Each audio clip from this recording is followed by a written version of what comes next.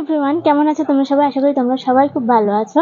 তো আজকে ভাবলাম একটা ছোট ব্লগ শেয়ার করি। আর সেই ব্লগটা হচ্ছে আমরা যাচ্ছি একটা মায়ের মন্দিরে। সেটা তো ভাবলাম ওই মন্দিরের ব্লগটা তোমাদের সাথে শেয়ার করি, কিভাবে তোমরা যাবে, কোথায় কিভাবে তোমরা পৌঁছাবে ওই মন্দিরে। তো সেটা সম্পূর্ণটা তোমাদের সাথে শেয়ার করবো আজকে। তো চলো ভিডিওটা শুরু করবো, দেখতে থাকো। তো আমরা এসে গেছি নয়াপাড়া মেট্রো স্টেশনে। তো এখান থেকে আমরা মেট্রো ধরবো, মেট্রো ধরে যাবো গিরিশপাড়।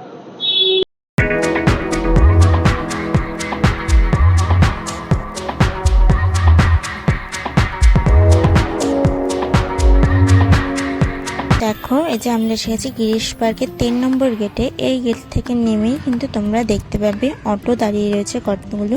সেই অটোগুলো কিন্তু ডিরেক্ট মায়ের মন্দিরে যায় না, এখান থেকে তোমরা রিজার্ভ করে কিন্তু ওই মন্দিরে পৌঁছে যাবে।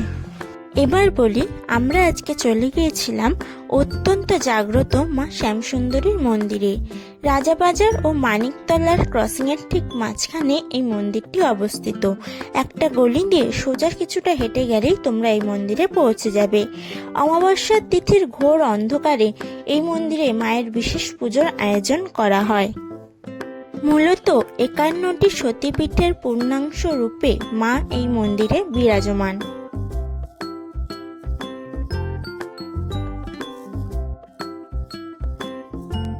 তোমরা দেখতে পাচ্ছ আমরা রয়েছে দি ক্যালকাটা হোমিওপ্যাথিক মেডিকেল কলেজ ও হাসপাতালের ঠিক সামনে।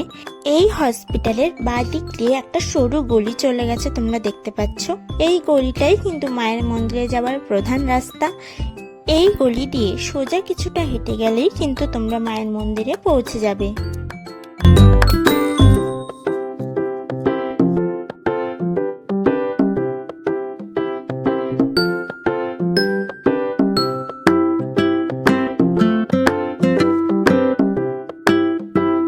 মায়ের এই মন্দিরটি যে গলিতে অবস্থিত, সেই গলির ঠিক পাশের দোকান থেকে কিন্তু আমরা মায়ের পুজোর ডালা কিনে নিয়েছিলাম। মা যেহেতু এখানে 5 বছরের বালিকা রূপে পূজিতা হন, তাই এখানে কিন্তু মাকে ফ্রুটি চকলেট দেওয়া হয়। এবং 5 বছরের বালিকা রূপে পুজো হওয়ায় মায়ের এখানে কিন্তু অম্বুবাচী রীতি পালিত হয় না। পরে আমরা দর্শন করলাম সেই বহু প্রতীক্ষিত মায়ের রূপ। এখানে মায়ের পাশাপাশি অবস্থান করছেন জগন্নাথ, বলরাম এবং সুভদ্রা। তারা কিন্তু মায়ের সন্তানের পাশাপাশি মায়ের পাহারাদার রূপেও এখানে অবস্থান করছেন। মা যে ঘরে অবস্থান করছেন, সেই ঘরের ঠিক পাশের ঘরেই অবস্থান করছেন স্বয়ং ভোলানাথ।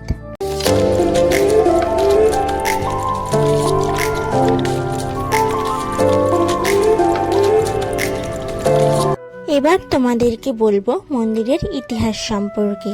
প্রথমে বলবো কিভাবে মায়ের নাম হলো শ্যামসুন্দরী।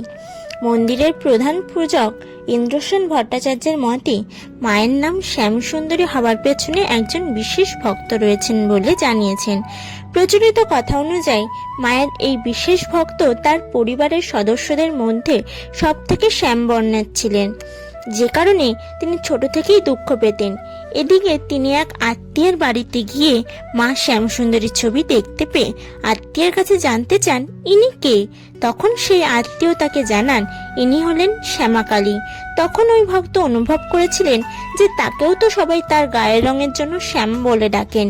তখন তিনি শ্যামসুন্দরীকে নিজের প্রিয়জন বলে মনে করতে থাকেন, আর তখন থেকেই মায়ের নাম হয় শ্যামসুন্দরী।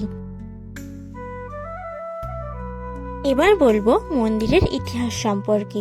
শ্যামসুন্দরীকে ঘিরে প্রচলিত আছে বহু অলৌকিক কাহিনী। এমনই এক ঘটনার কথা বলেন সেবায়েতরা। সে বহুকাল আগের কথা। দিনটি ছিল অমাবস্যা তিথি। শ্যামসুন্দরীর মন্দিরের তৎকালীন পূজারী বাজারে গিয়েছিলেন অমাবস্যার পুজোর বাজার করতে। সেই সময় বছর 5 একটি মেয়ে তার কাছে খাবার চায়। চাল কলা খেতে চেয়ে সে জানায় 2 দিন ধরে সে কিছু খায়নি।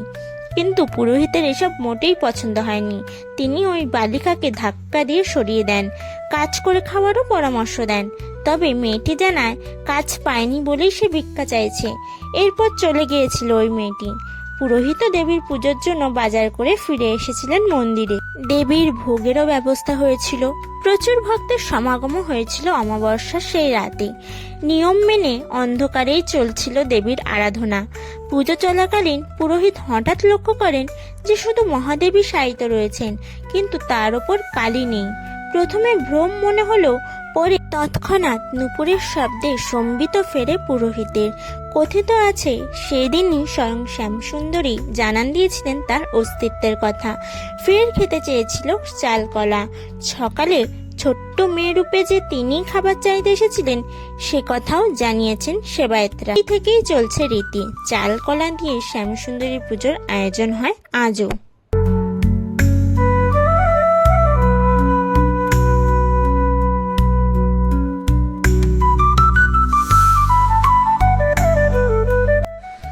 এখন মায়ের যে ছবিটা তোমরা দেখতে পাচ্ছ, এই ছবিটা কালী পুজোর দিন তোলা হয়েছিল। কালী পুজোর অমাবস্যার রাতে মাকে সাজানো হয়েছিল 4 কোটি সোনার গয়না দিয়ে।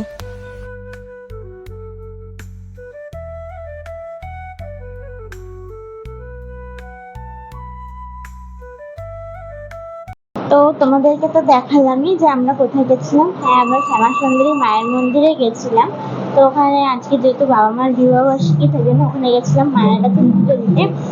তো আমাদের এমন এই ভাগ্যটাই এমন যে আমরা মায়ের প্রসাদ হয়তো খেতে পারিনি, মায়ের আরতিও দেখতে পারিনি, কিন্তু মায়ের প্রসাদ মানে মায়ের যে দুপুরে ভোগ হয়েছিল সেই ভোগের প্রসাদটা আমরা ঠিক খেতে পেরেছি।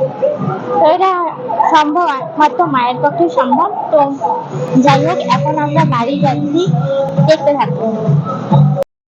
তো ফ্রেন্ড, এই ছিল আমাদের আজকের ভিডিও। তোমাদের কেমন লাগলো অবশ্যই কমেন্ট করে জানিও। তো চলো, আবার দেখা হবে নেক্সট ভিডিওতে। ততক্ষণের জন্য টাটা। আর হ্যাঁ, আজকের শ্যামসুন্দরী মায়ের মন্দিরের ব্লগটা কেমন লাগলো সেটা অবশ্যই কমেন্ট বক্সে জানিও। টাটা।